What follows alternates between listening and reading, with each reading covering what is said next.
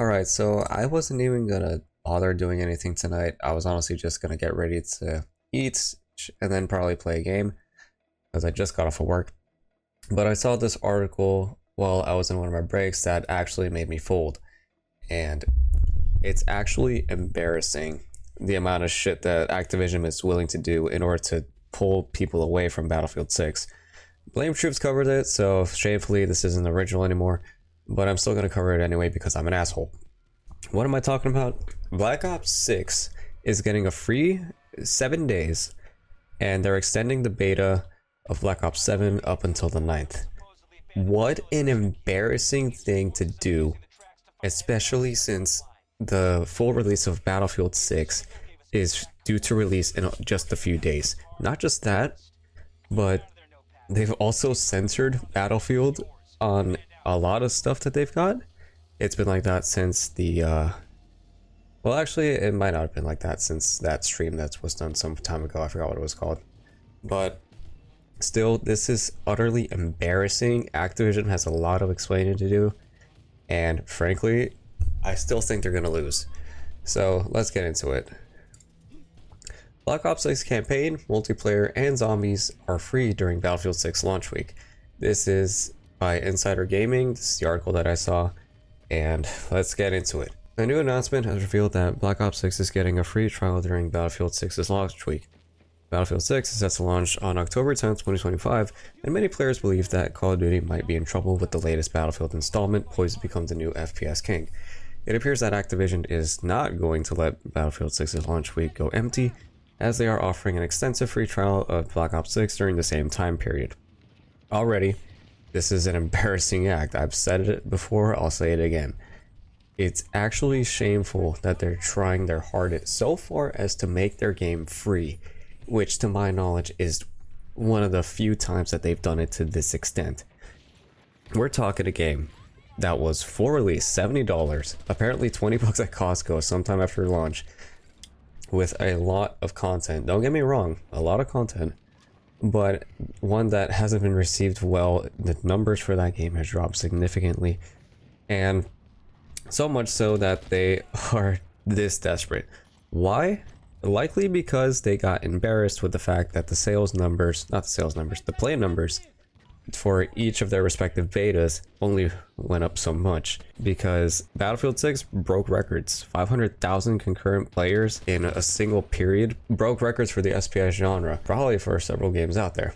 Black Ops 7 didn't even do that. It barely scraped by and didn't do much to change the numbers for the whole Call of Duty hub, which is just utterly embarrassing, especially considering that they talked about being too big to fail when the numbers don't lie.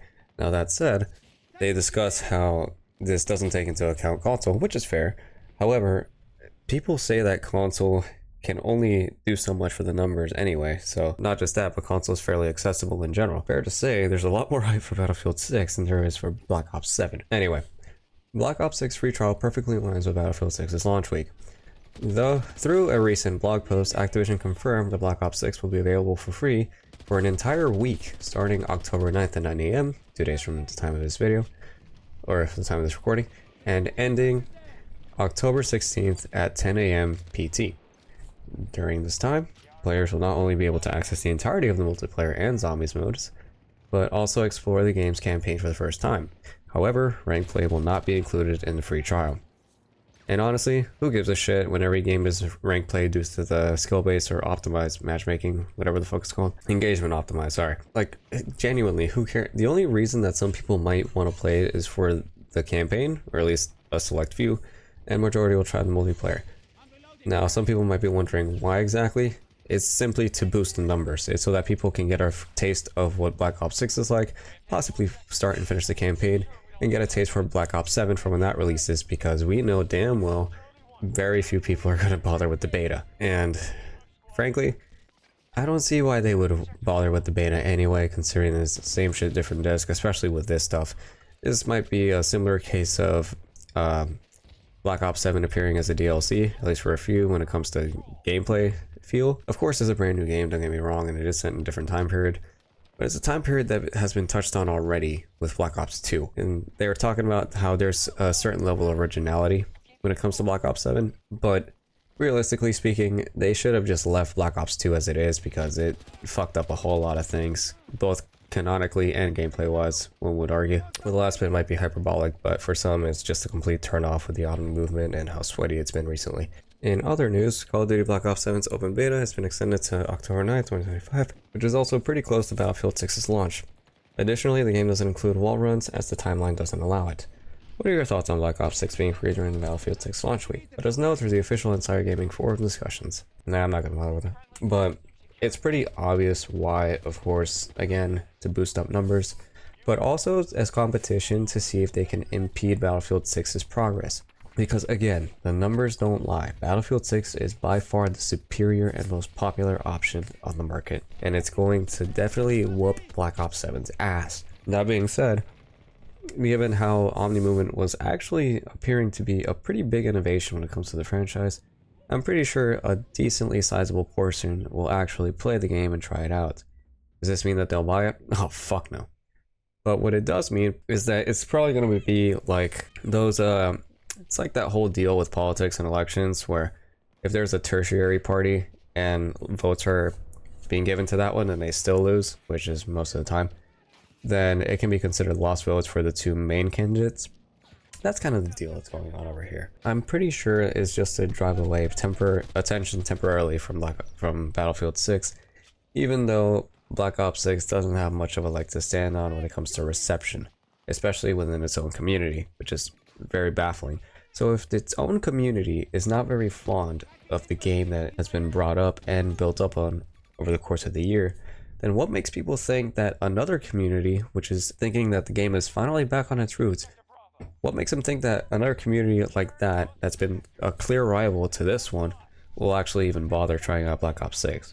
It's just not likely. Now that being said, I could be very much proven wrong. There might just be 100,000 botted accounts, as Activision is likely going to do. Purely hypothetical, of course, but I wouldn't put it past them. They've done a lot of shit. Not just that, but the whole controversy with AI generated art and even skins to a certain degree. Their track record is not exactly clean. Now, of course, would this sway my opinion on playing Black Ops 6 or playing Battlefield 6? Of course not. I'm not going to bother playing Black Ops 6. I know that they did compress the game down to 20 gigs, or at least as far as certain articles say, which is mind-boggling considering the file size that it was previously. It went down by about 100 gigs. Which is pretty great. Is, you know, they're 6 years late to the party, but hey, at least they finally decided to fucking compress their games. And compare that, or at least it got compressed down by a decent amount. But compare that to the 9 big maps that Battlefield 6 were released with, campaign included, and it's going to be around 70 gigs. That's pretty baffling as well, considering the prior games such as Battlefields 5 and 2042. For reference, Battlefield 2042 is 102 gigs on my personal PC, and Battlefield 5 is 91 gigs. Now, of course, these numbers can vary apparently as it comes between machines, but in general, it seems pretty in line with the rest of the franchise. However, with 6 being as optimized as it is, without anything crazy like DLSS, FSR, or frame generation, we are looking at a very nice package, at least in theory. We still have yet to see the full release, but if even the beta is refined, I have to wonder how it's going to be pretty soon. And they've also addressed netcode issues, so it's going to be even more refined than it was before, along with balancing changes, of course. So yeah, it's going to certainly be a challenge for them, as minor as it might be, which I consider this week into the battle of the sixes, but we will see soon enough. The reason why it's a battle and not a war is because, of course, it's over the course of a week. And again, I think it's going to be a clean sweep for Battlefield 6 anyway. The numbers don't lie, not just in terms of player count for their respective betas, but also when it comes to PlayStation Store. As the Phantom Edition, not the base edition, the Phantom Edition was whooping the ass of the Vaults Edition for Black Ops 7 and its regular mode. Battlefield 6's regular doesn't fall too short behind, but even still, these numbers are pretty significant. Not just that, but in the Steam charts, Battlefield is number 3 when it comes to sales, and CS2 and something else that's free to play is on there. That or it's the Steam Deck, I forget. So that makes Battlefield 6 the top game when it comes to sales, and it's not even out yet. if that doesn't tell you how much hype has been built around the beta and its trailers, I don't know what will. Maybe the reception on release. But again, we still have yet to see that. But yeah, I was originally going to talk about how I genuinely couldn't wait for Battlefield 6, and to be fair, I still can't wait myself, but I figured that this was a much more significant thing to cover, and besides, I figured that a lot of people would assume excitement is around the corner anyway.